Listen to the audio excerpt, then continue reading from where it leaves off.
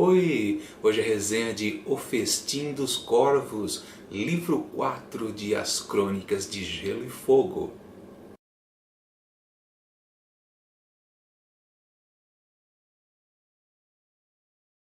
O Festim dos Corvos foi publicado em 2000 por George R. R. Martin, 5 anos depois do livro anterior, o livro 3 de As Crônicas de Gelo e Fogo. Um tempão. E o pessoal já estava preocupado. Poxa, o autor não vai continuar essa saga tão querida? Tio Jorge precisou fazer algumas mudanças, porque ele planejou toda essa história aqui como uma trilogia. Mas logo depois que o primeiro livro foi publicado e começou o sucesso, merecido inclusive, ele começou a pensar nos rumos da história. Logo ele percebeu que a história poderia ser ampliada mais e mais. Como eu comentei no vídeo anterior, a história tem um certo fecho, mesmo que ela continue aberta. Vários personagens tiveram novos destinos apresentados para eles. Mas aqui nesse livro o autor ele realmente começa uma nova trilogia. Aliás, ele fez uma declaração nesse sentido, que ele pensa realmente em fazer uma trilogia. Quer dizer, isso já foi meio quebrado depois, mas ele já promete 7 livros para nós leitores. Espero que ele consiga escrever todos eles, não é mesmo? Mas voltando ao assunto, ele precisou aumentar a história e aqui ele começa a colocar novos elementos na trama que a gente já conhecia, como também um novo tom dominante. Mas antes de entrar nesse detalhe, vamos fazer um resumo do que acontece por aqui. A Guerra dos 5 Reinos praticamente está encerrada.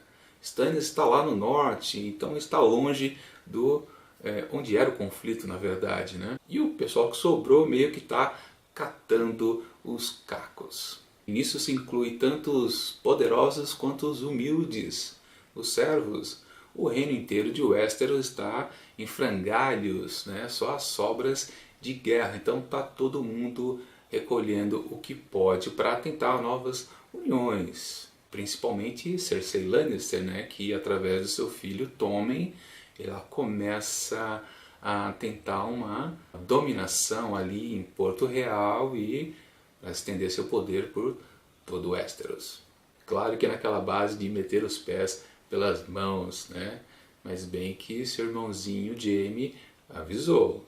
Aliás, Cersei Lannister é um novo ponto de vista para os livros. Aqui também começa o ponto de vista de Brienne de Tarth e também de mais alguns outros. Ainda se mantém os pontos de vista do Jaime Lannister, da Arya Stark, da Sansa Stark e do Samwell Tarly. Como eu disse, mais uns outros aparecem além da Brienne. A Brienne, na verdade, é um ponto de vista principal. Os outros são secundários, mas isso é uma armadilha que o George R. R. Martin se colocou. Na primeira trilogia, o autor sempre usou esse truque. Ele nunca colocou um ponto de vista em cima dos poderosos. Claro, exceção feita a Daenerys Targaryen. Mas todos os outros reis, eles nunca tinham o privilégio de se revelar para nós leitores. A gente sempre sabia o que eles pensavam através de alguém muito próximo, seja a mãe, seja um braço direito ou alguém próximo de alguma forma. E aí agora, para ter que expandir a sua história, o tio Jorge teve que inventar, não inventar não, né? Ou sim, né? Ele teve que colocar outras pessoas para que a gente possa ouvir, entender aquelas novas situações. Mas são tantos os novos que eu vou dar uma lida aqui. A casa Greyjoy foi a que mais recebeu pontos de vista secundários. Theon Greyjoy continua não aparecendo aqui no livro, mas para compensar o que acontece ali no meio dos Greyjoy, a gente vê o ponto de vista da sua irmã, a Asha Greyjoy, e também de 2 dos seus tios, o Aeron Greyjoy e também do Victarion Greyjoy. E a Casa Martell também ganhou bastante destaque aqui no 4º livro para a gente saber o que acontece ali na região de Dorne. E como a gente não pode saber o que pensa o príncipe Doran Martell, temos que nos valer de outros personagens que estão ali por perto dele. Por exemplo, a sua filha Ariane Martel, ou então o seu guarda pessoal, o Aero Rotar. Mas mesmo esses dois não foram suficientes para ajudar ali com aquele núcleo. O autor teve que se valer também de um guarda real. Sério? O Aries Wackhart. Essa foi bem inusitada, hein, tio Jorge? Deixando de lado essa opção de se utilizar de vários personagens em torno de um poderoso, a gente tem que destacar também que esses personagens muitas vezes não foram nominados ali no começo do capítulo. Pois é, eles ganhavam apelidos pelo George R. R. Martin. Por exemplo, o Euron Greyjoy, em vez de simplesmente estar escrito Euron ali em cima, no começo do capítulo, não, estava escrito o profeta. Ou no outro caso, com o guarda real Ares Wackhart, em vez de estar escrito Ares, está escrito o Cavaleiro Maculado. Esse nosso tio Jorge estava meio estranho na escrita desse livro.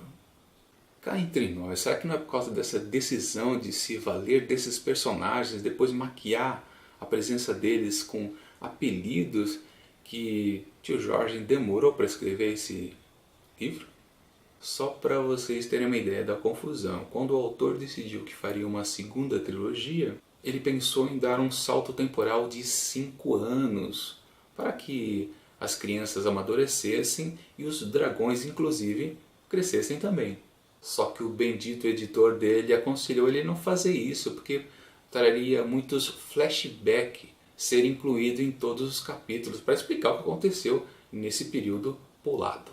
Por causa disso ele jogou quase 1 ano do que ele já tinha escrito nos capítulos. Ele podia ter escrito provavelmente muita coisa, hein? Mas enfim, ele topou a ideia de continuar a história a partir do momento que tinha acabado lá no 3º livro. E talvez seja por causa disso que ele se enrolou um pouco e criou mais personagens secundários e perdeu um pouco a característica que tinha lá na primeira trilogia. Outro motivo talvez seja a questão de mercado. Brienne de Tarth era um personagem secundário lá no 2º livro, depois ganhou um pouco de importância quando passou a ficar junto do Jaime Lannister e agora passou a ser um ponto de vista, ganhou seus capítulos, tendo a sua saga durante as Crônicas de Gelo e Fogo.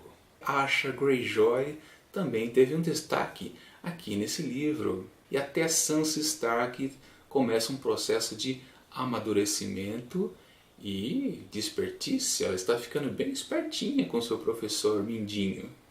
Alguns podem pensar que a valorização dessas 4 personagens seja para compensar a ausência da Daenerys Targaryen. É uma boa possibilidade, pode ser verdade. Isso a gente só vai confirmar quando a gente lê o próximo livro, se mantém esse tom em cima das mulheres. Outra diferença em comparação com a trilogia anterior, as mortes impactantes. Nesse livro aqui, elas não acontecem. A única morte que você pode chamar de importante é de um personagem que a gente nem está perto dele, a gente não está acompanhando o que está acontecendo com ele. Na verdade, é uma notícia que chega de longe e a gente descobre que um personagem morreu. E essa dúvida vai perdurar até que a gente leia o próximo livro. Aliás, o autor faz até umas pegadinhas nesse sentido aqui no livro, né? Você pensa que um personagem morreu, mas não, ainda ele está vivo. E se falamos muito sobre diferenças, vamos falar também sobre o que se manteve em relação aos livros anteriores. Por exemplo, a valorização de culturas e regiões. Ficamos sabendo muito sobre ali a região de Dorne, sobre Bravos e também sobre as Ilhas de Ferro e o Deus Afogado. Minha avaliação, eu também gostei desse livro, mesmo que com um grande estranhamento. Ainda assim, a escrita do tio Jorge continua a mesma, impecável, com os mesmos erros e acertos. Erros daquelas coisas de ser muito descritivo, acerto naquilo de ser muito bom quando se trata de intriga política, ou a manutenção de mistérios e a resolução de alguns deles. Confesso que eu tive poucas surpresas aqui no livro, embora ele já esteja bem distante do que eu conferi lá na série da HBO. Por exemplo, algumas coisas que aconteceram com Sam Tarly durante a sua viagem para a Vila Velha, e ali no finalzinho do arco da Casa Martell, né, da revelação do que o Doran estava planejando esse tempo todo. Detalhes até do passado que ele já planejava, inclusive, né? Isso aqui, aquela parte ali eu achei bem interessante e eu falei, opa, que legal. O Festim dos Corvos é um livro difícil de se ler, mas também é muito bom. Mas depois que a gente vem do terceiro, que foi o melhor da série, não tem como não achar esse aqui um pouquinho inferior. Claro que o principal problema do livro é que ele teve que ser dividido em dois, depois que o George R. R. Martin decidiu o que ele ia fazer com a história dali para frente.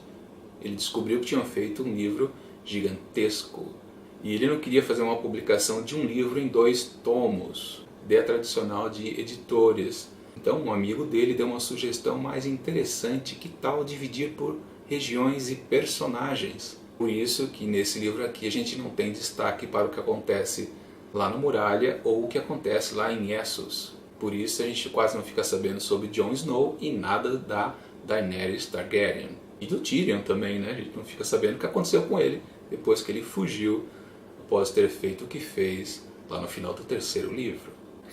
Claro que ninguém sentiu falta aqui do Bran Stark.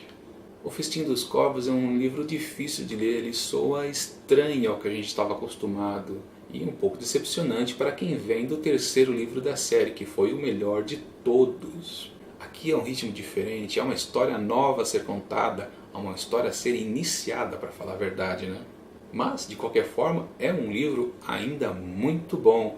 A minha nota para ele é 4 asteriscos. Bom, é isso, até a próxima resenha dos livros que eu comecei a ler aqui em 2017 e só agora eu estou iniciando as videoresenhas. Por enquanto, curta esse vídeo e assine o canal, isso vai ajudar bastante para que o Imantado de Livros cresça mais um pouco. E até mais!